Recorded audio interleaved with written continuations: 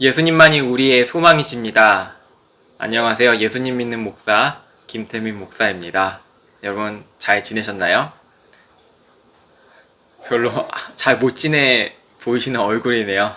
자, 잘 지내시고 계시죠? 주님 안에 잘 지내고 계시는 것이죠. 우리가 인생을 살다 보면 우리가 외로운 일이 있을 수도 있고, 그리고 소외된 느낌이 들 수도 있고, 그리고 좀 마음 아픈 일이지만 왕따와 같은 그런 따돌림을 받을 때가 있기도 합니다. 소외되고 외롭고 그런 따돌림을 당하는 이런 모든 일이 어떨 때 우리한테 일어나냐면 힘이 약했을 때 일어나게 됩니다. 여러분, 힘있는 그런 친구를 따돌리시나요? 그런 친구 보신 적 있나요? 집이 너무 부자고, 그리고 권력도 있고, 없는 게 없어요. 그 친구를 따돌리다가는 오히려 큰일이 나죠. 힘있는 사람은 잘 못 따돌리잖아요. 자, 예전에 아주 옛날에 마녀 사냥이란 게 있었어요. 유럽에서 벌어졌던 일인데, 이게 너무나 슬픈 일이죠. 마귀를 사냥한다고 하는데, 마귀를 없애야 된다고 하는데, 그 유럽에 있는 사람들이, 이제 예수님을 믿는다고 하는 사람들이 어떠한 사람들을 사냥했냐면, 힘이 약한 여자나, 그리고 혼자 사는 여자, 나이가 많은 여자를 마녀라고 생각해서 사냥을 해서 잡아왔어요. 잡아와서 어떻게 했냐면 나무에 매달았어요. 그리고 그 밑에 장작불을 붙이기 위해서 나무를 많이 쌓아두었죠. 그리고 불을 붙였어요. 어떻게 되었을까요? 화형을 시켰던 거예요. 힘 있는 남자, 그리고 영주와 같은 사람들, 이제 성을 또 이제 성주 있잖아요. 그 마을에는 이제 뭐 기사들도 있고, 그런 사람들을 사냥하지 않았어요. 힘이 없는 사람들을 사냥했다는 것이죠. 오늘 우리가 나누는 말씀에서도 그래요. 힘 있는 여자가 아니고 가문이 좋은 여자도 아니었어요. 아주 힘이 없는 여자였어요. 어떤 여자였냐면, 간음을 하다가 이제 결혼했는데 다른 이제 남자와 여자를 이렇게 교제하거나 사귀고 이런 일이 있으면 안 되잖아요. 근데 이 여자를 잡아왔다는 거예요. 간음했다고, 이런 모습을 있었다고. 그런데 남자는 잡아왔을까요? 남자는 근데 여기 없어요. 힘없는 여자가 딱 잡혀왔어요. 어떻게 잡혀왔냐면 질질 끌려오면서 그 여자가 잡혀왔다는 것이죠. 그 여자를 도와줄 수 있는 사람은 아무도 없었다는 것이죠. 그래서 많은 군중들, 많은 사람들 앞에서 끌려가다가 어디로 끌려가게 됐냐면 예수님 앞에 끌려오게 됐어요. 근데 예수님은 무엇을 하고 계셨냐면, 사람들이 이제 많이 예수님께 모여들잖아요. 예수님께서는 가르치고 고치시고 치유하시고 귀신 쫓아내는 사역들을 하셨어요. 성전에 가셔서 많은 사람들을 하나님의 말씀을 전하셨어요. 예수님이 성전에 앉아 계셔서 전했다는 것이죠. 우리 이 말씀을 보면 어떠한 생각이 들어요? 예수님은 자신은 뭐라고 말씀하셨죠? 기억나나요? 마치면 정말 복음 안에서 최선을 다해서 살고 있는 친구라고 볼 수 있는데, 예수님은 말씀이라고 요한복음에서 했지만 예수님은 자신은 뭐라고 말씀하셨죠? 다른 사람들이 선생님 이렇게 이야기했죠? 하나님의 아들이기도 하는데, 여기 오늘 본문 말씀에서 나왔는데 뭐라고 자신을 이제 가르치셨죠? 내가 46년 된 성을 무너뜨리고 다시 세울 것이다. 성전을. 내 자신이 뭐라고 말씀하신 것이죠? 성전? 네, 성전이죠. 예수님은 자신을 성전이라고 하셨어요. 근데 예수님이 성전에 앉아 계셨잖아요. 이 말씀이 들어오시나요, 눈에? 성전이신 분이 성전에 앉아 계셨어요. 그리고 다 나왔어요. 그분이 무엇이라는 것이죠? 빛이라는 것이죠. 빛이 있으면 어떡하죠? 사람들은 다 나아오게 되어 있어요. 왜? 생명이 있기 때문에. 이 요한복음의 주제예요. 빛, 진리, 말씀이라는 단어가 요한복음에 계속 나와요. 요한은 그것을 기록한 거예요. 빛이 있으면 사람들이 나아오잖아요. 빛이 있는 곳에 사람들이 갈 수밖에 없죠. 생명이 있으니까. 우리가 햇빛이 쪼이니까 어떻게 되죠? 생명이 자라나잖아요. 우리 비타민 D도 이제 하고 이제 광합성도 하고 식물들은 그렇잖아요. 농작물들이 자라나고 다 그러잖아요.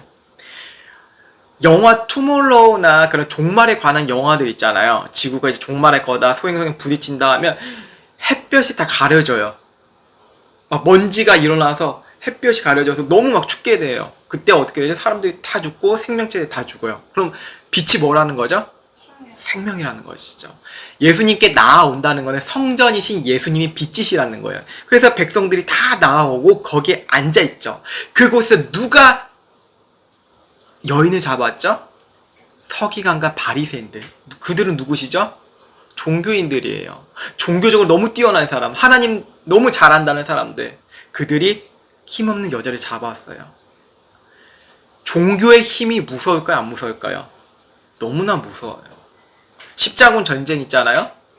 이슬람과 십자군 전쟁 했잖아요. 종교적으로 부딪혔잖아요. 내가 믿고 있는 게 진짜다. 힘과 힘이 부딪히면 전쟁이 되는 거예요. 그렇지만 힘 있는 자가 연약한 자를 괴롭힌다는 것은 지배한다는 것이죠. 종교의 힘으로. 자, 예수님 믿는 자녀들이 많이 있잖아요. 목사님 자녀들도 있고, 장로님 자녀들도 있고, 집사님 자녀들도 있고, 예수님 믿는 부모님이 있어요. 근데 예수님 믿는 부모님이 너 하나님 말씀에 이렇게 나와 있는데 너 왜 제대로 하나님 말씀 안 봐? 왜 거짓말해? 왜 도둑질해? 이렇게 매일 혼만 내요. 예수님 뜻대로 당신 왜 못 살아요? 초신자 처음 믿는 사람들한테 자기는 안 지키면서 이 말씀에 이렇게 나왔잖아요.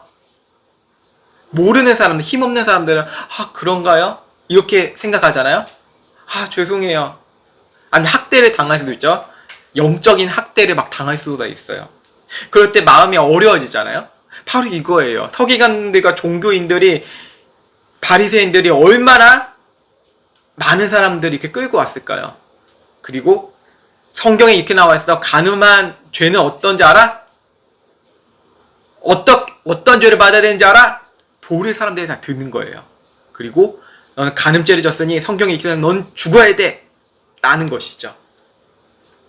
그래서 바리새인들과 서기관들이, 종교인들이 예수님 앞에 나와서 이렇게 이야기한 거죠. 선생이요, 이 여자가 간음하다가 현재 잡혔어요. 그런데 모세 율법에 뭐죠? 모세의 율법에 이러한 여자를 돌로 치라고 명하였거니와 선생은 어떻게 말하겠나이까? 우리 유엘이가 예수님 보고 아까 선생 이렇게 이야기했죠. 선생이라고 이야기했어요. 종교인들이. 참 신기하지 않나요?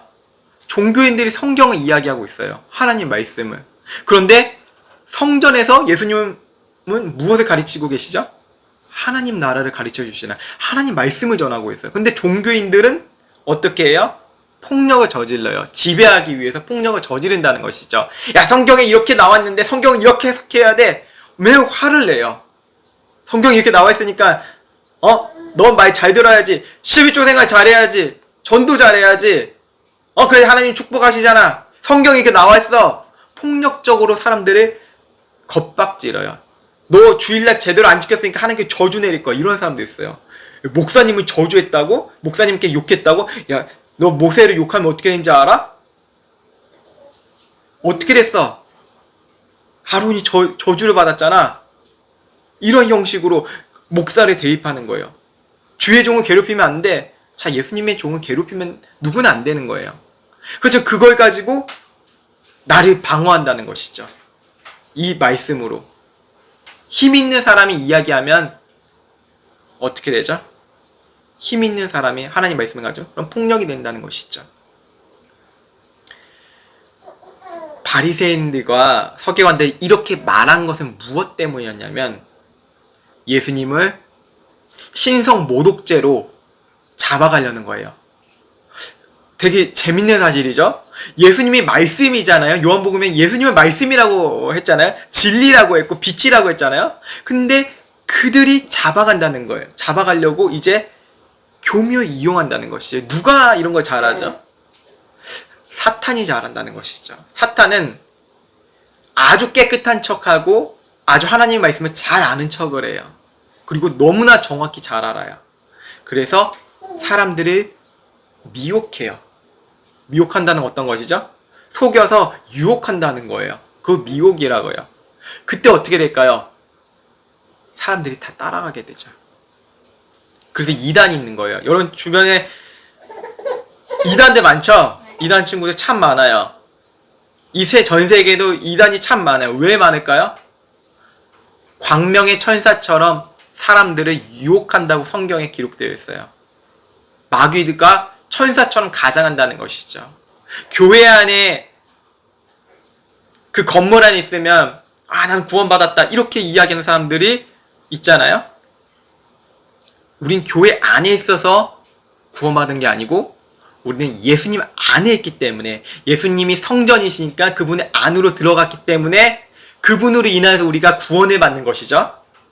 그게 바로 믿음이에요. 그렇지만 그게 아니면 우리는 외부에서 이제 어떤 종교적인 곳에 가야지 내가 성지순례를 해야지 구원을 받는다고 이야기해요. 그리고 우리 이야기하잖아요. 인도에서는 겐지스강 가면 어떻게 하죠? 자기의 죄를 씻는다 그래요. 그래서 목욕을 하잖아요. 물에 담그기도 하고. 이슬람에서는 메카를 향해서 핸드폰 어플 보시면 메카를 향한 나침판이 있어요. 핸드폰 어플 까시면. 그래서 무슬림들은 그곳을 향해서 기도해요. 저곳이 성스러운 곳이다. 저곳이 구원의 장소다. 우리는 어디서 예배할까요? 이 산도 아니고 저 산도 아니고 하나님께서 우리에게 주신 그 신령한 그 때가 있잖아요. 신령과 진정으로 예배드릴 때가 있는데 그분으로 인하여서 예배를 드리죠. 누구죠? 성전이신 예수 그리스도를 통해서 우린 예배를 드린다는 거예요. 그래서 우리가 안전한 곳은 어디죠? 우리가 안전한 곳? 우리 여기 있으면 안전할까요? 백두산 조금만 있으면 폭발할지도 몰라요. 몇 년 후면 폭발할지도 몰라요. 우린 그것을 안전이라고 생각한가요? 네, 물론 안전한 공간이 있을 수 있습니다. 하지만 인간은 어디에 있거나 다 배고프고 병들고 죽어요. 그게 인간이에요. 그래서 사람들은 더 오래 살고 늙지 않는 그런 약들을 개발하고 열심히 노력하고 있잖아요. 그래서 권력자들 있잖아요. 권력자들은 젊은 사람의 피가 있잖아요. 젊은 사람의 피를 이제 나이 든 권력자들이 이 피를 교체해요. 이렇게. 그런 일도 해요. 오래 살고 싶어서. 그렇지만 사망은 계속 우리 주변에 계속 있다는 것이죠. 언제 죽을지 몰라요. 언제 죽을지 몰라요. 우리가 안전한 곳이 없어요. 그래서 우리는 성전이신 예수 그리스도 안에 있어야 안전한다는 것인데 왜 안전하냐? 종교인들이 이 여자를 죽이려고 할 때 어떻게 하지? 예수님께서는 어떻게 말씀하시죠? 너희 중에 죄 없는 자가 먼저 돌로 치라. 그럼 누가 쳐야 될까요? 예수님이 돌로 쳐야 돼요. 너무 놀랍지 않나요? 예수님만이 돌로 쳐야 돼요. 그 여인을 정죄할 수 있는 사람은 예수님밖에 없다는 거예요. 하지만 우리가 예수님 안으로 들어간다면, 성전 안으로 들어간다면 상황은 달라져요. 왜 그럴까요? 그들이 말씀을 듣고 양심의 가책을 얻었어요. 왜요? 가책을 얻었어요? 우리 1절에서 대화를 나눴잖아요. 말씀 나눴잖아요. 성전이신 예수님께서 감람산으로 가시고 성전으로 들어가시죠. 그래서 그곳을 가르치시죠. 주님 안에 있는 사람이 안전하다는 이야기하는 거예요. 완벽하게 안전하다는 거예요. 그래서 로마서에 보면 이렇게 기록되어 있잖아요. 우리의 의로 구원을 받는 게 아니잖아요.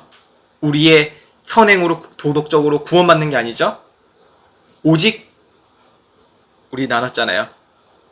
의인은 믿음으로 말미암아 살리라. 믿음으로. 그리스도를 믿는 믿음으로, 그리스도 안에 믿음이 무엇이냐면 그리스도 안에 있을 때 우리가 구원을 받는다는 것이죠. 이 찬양이 있어요. 이 눈에 아무 증거 없어도 눈으로 예수님 볼 수 있어요, 없어요? 지금 여러분 시력 좋아요? 눈으로 볼 수 없어요. 귀로 안 들려요. 아무런 증거 없어도 어떤 것이죠? 히브리서 말씀에 보면 보이지 않는 것이 믿음이라고 했어요. 보이지 않는 거. 아무 증거 없어도. 근데 믿어져요. 그게 바로 예수 그리스도의 은혜예요. 하나님의 은혜라는 것이죠.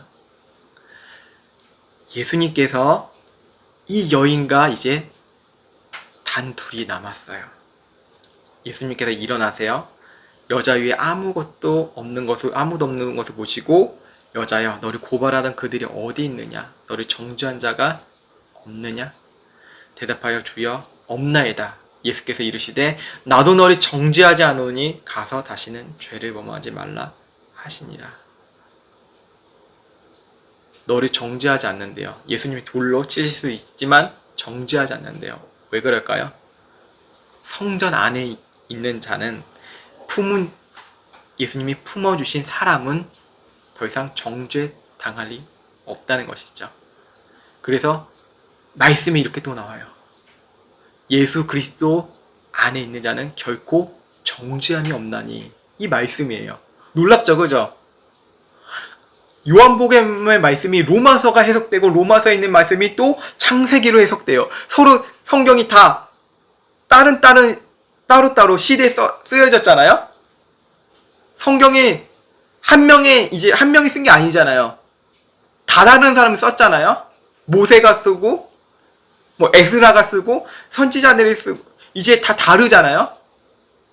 예수님의 제자들이 쓰고. 근데 무엇을 가르치죠? 예수님을 가르치고 성경이 통일된다는 것이죠. 블럭이 있잖아요. 이렇게 연결이 된다는 거예요. 블럭처럼. 오차가 없으시지. 우리가 그 안에 있을 때 예수 그리스도 안에서 자유함을 누릴 수 있다는 것입니다. 그래서 우리는 지금 어디에 있는 것이 안전하죠? 성전이신 예수 그리스도 안에 있을 때 안전해져요. 우리가 그 주님을 바라보며 살아가는 믿음의 백성들에게 주 예수 그리스도 이름으로 축복합니다. 기도하시겠습니다. 하나님 감사합니다. 주의 은혜를 사모합니다. 우리가 안전해지고 싶어서 좀 더 보호받기 원해서 공부하고 돈 벌고 노후를 준비한다고 하고 때로는 사람을 만남을 통하여서 안전함을 느끼려고 합니다. 주님, 우리 안에 연약함과 부족함이 가득합니다. 그래서 주님을 더 바라보기 원하고 주님을 더 갈망하기 원합니다. 우리가 주님 안에 있을 때 온전히 안전한다는 것을 우리가 다시 한번 깨닫게 해 주시옵소서. 탕자가 아버지를 떠났지만 아버지는 항상 그 둘째 아들 탕자를 기다렸습니다. 그 아들이 방탕하고 죄짓고 다녀도 아버지는 언제나 기다리셨습니다. 결국에는 아버지께서는 그 아들의 죄를 묻지도 않고 품에 안아주셨습니다. 그렇습니다. 하나님 그 품에 안길 때 우리가 안전합니다. 우리가 다시 회개하며 주님 앞에 돌아가오니 주님 우리를 다시 일으켜 주시옵시고 성령 하나님께서 우리의 마음과 생각과 우리의 모든 행동의 부분을 다스려 주시고 이끌어 주시옵소서. 주의 백성들이 다시 이 마지막 때에 깨어 일어날 줄 기대하오며 살아계신 예수 그리스도의 이름으로 간절히 기도드립니다. 아멘.